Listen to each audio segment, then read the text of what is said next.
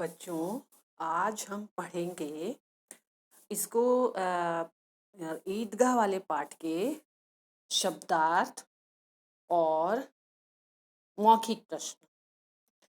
तो आपको ये सब याद करते हुए कॉपी में लिखना है। तो सबसे पहले हम शब्दार्थ पढ़ेंगे। पहला है रमज़ान। रमज़ान जो कि एक महीने का नाम होता है और जो कि आजकल चल रहे हैं, रमज़ान आजकल चल रहे हैं।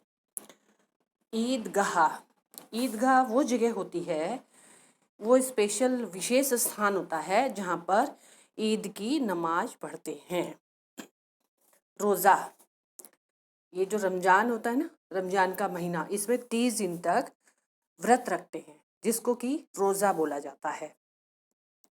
तो इसका अर्थ है रमज़ान के महीने में रखा जाने वाला व्रत। समीप, समीप का मतलब होता है पास। कवायद, कवायद का अर्थ होता है कसरत।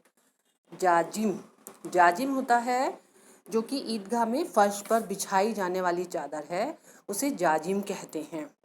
नमाज, जैसे आप लोग पूजा करते हैं वैसे ही मुस्लिम समुदाय के लोग उस पूजा को नमाज कहते हैं।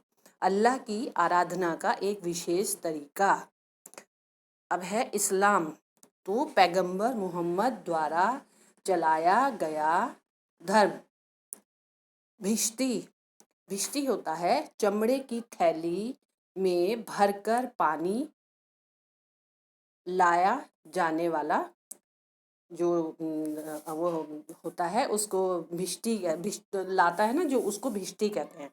मतलब चमड़े की थैली में भरकर जो पानी लाता है ना, उसे भिश्ती कहते हैं। तो चकनाचूर हो जाना, ये एक मुहावरा भी है, इसका मतलब है नष्ट हो जाना। उदार, बड़े दिल वाला। आकर्षण, आकर्षण मतलब खिंचाव, जिसको इंग्लिश में आप बोलते हो अट्रैक्शन। रहस्य, भेद, रहस्य का मतलब भेद। अखरना, बुरा लगना। धाक, धाक का मतलब है प्रभाव, यानी बहुत अच्छा इंप्रेशन पड़ना, या ये धाक का मतलब है अच्छा इंप्रेशन पड़ना।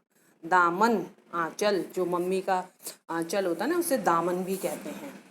अब इन्हीं शब्दों के हम वाक्य बनाएंगे।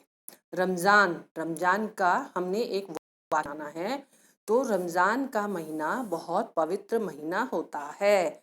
मतलब पवित्र इसलिए होता है, जैसे आप नवरात्र रखते हो ऐसे ही रमज़ान में रोज़े रखे जाते हैं, तो ये पवित्र महीना होता है। फिर है रोज़ा, 30 दिन रोज़े रखने के बाद ईद का त्यौहार मनाया जाता है। अब ये ईद आएगी, आपको मालूम है, अभी मई में 14 मई तक, 13-14 मई में ईद होगी। अभी इनके रोज़े चल रहे हैं, तो उसके बाद ईद का त्यौहार 30 दिन तक ये लोग व्रत रखते हैं। ईदगाह, ईदगाह है नमाज पढ़ने, ईदगाह जाकर लोग एक दूसरे को ईद मुबारक कहते हैं। जब ईद आती है तो उससे पहले लोग ईदगाह जाते हैं, एक बड़ी सी जगह जहाँ पर की प्रार्थना की जाती है। समीप, समीप को मेरे घर के समीप मंदिर और मस्जिद दोनों हैं। तो ये हो गए वाक्य। इसी तरीके से आप अन्य शब्दों के भी वाक्य बनाकर अभ्यास कर सकते हैं। अब हम आते हैं मौखिक प्रश्न पर, जिसको कि आपके छोटे छोटे आंसर्स होते हैं, इसको आप आसानी से बता सकते हो। तो ईद का त्यौहार कब मनाया जाता है, जो कि आपने अभी पाठ में पढ़ा होगा। तो इसमें इसका उत्तर है रमज़ान के 30 दिनों के बाद ईद का त्यौहार मनाया जाता है। प्रश्न 2 है हामिद खुश क्यों था। उत्तर है हामिद ईद का त्यौहार आने और ईदगाह में जाने के कारण खुश था, क्योंकि काफ़ी दिनों बाद ईद आई थी। बहुत दिनों बाद आती है ईद, तो बच्चे ईद का मेला लगता है, तो वहाँ पर जाने के लिए खुश होते हैं, है ना। अच्छा, ईद के दिन ईदगाह में क्या क्या होता है। तो ईद के दिन ईदगाह में रोज़ेदार, यानी जो व्रत लेते हैं, वो नमाज पढ़ते हैं। जिन्होंने पूरा महीने भर का व्रत लिया होता है, उसके बाद आपस में गले मिलकर ईद की मुबारकबाद देते हैं।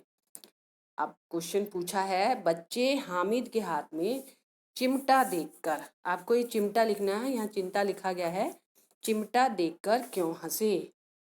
तो चिमटा बच्चों के खेलने का सामान नहीं था और न ही कोई आकर्षक चीज था। हामिद जो लेकर आया था, तो इसलिए बच्चे हामिद के हाथ में चिमटा देखकर हंसने लगे। ये बेटे बच्चों क्वेश्चन में चिमटा है, इसको चिंता लिखा गया है, चिमटा देखकर क्यों हंसे। ठीक है, तो इसको आप ठीक से लिखना, क्वेश्चन किताब में से भी देख लेना। ये सारे प्रश्न आपको याद भी करने हैं और लिखने भी हैं। धन्यवाद।